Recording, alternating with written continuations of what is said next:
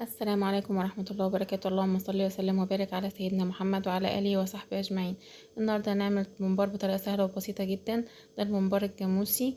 الممبار الضاني برضو هيتعمل بنفس الخلطة بس بيبقى له طريقة حشو تانية ان شاء الله هنعملها مع بعض برضو. ده بنعمله بطريقة سهلة وبسيطة. شايفينه معانا مستوي ازاي واحمر من جوه ازاي وطعمه حلو جدا.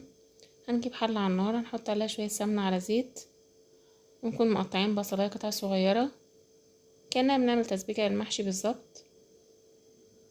في ناس بتعمله ني في ني، يعني ما بتسبكلوش، ممكن بتحط الطماطم، بتقطع البصل وتعصر الطماطم وتحط عليه وتحشي على طول. دي حلوه ودي حلوه، بس انا بفضل الطريقه دي اكتر.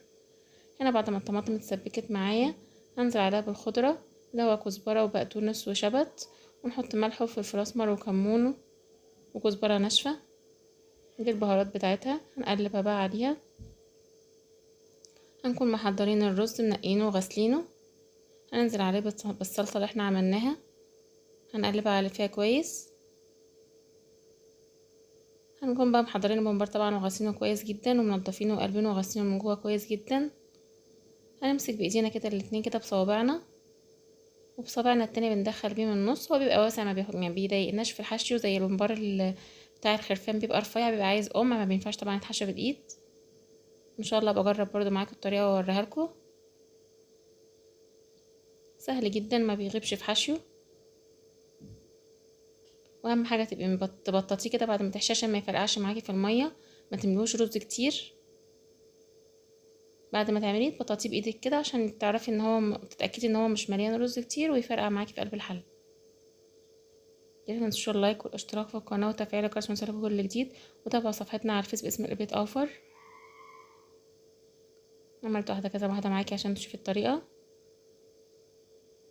هنا بقى خلصت كل الكميه. هنكون محضرين حله على النار فيها ميه بتغلي. اول ما الميه تغلي ننزل عليها بالبمبار على طول، ما تحطوش ميه لسه مغلتش. بيقعد حوالي ساعه على النار. بعد ساعه او نص ساعه تبصي عليه برضو تختبريه. هنا بعد ساعه بتك عليه بالشوكه كده لقيته يعني بتقطع معايا بكل سهوله، والرز من جوه مستوي. شلته بقى من الميه وحمرته.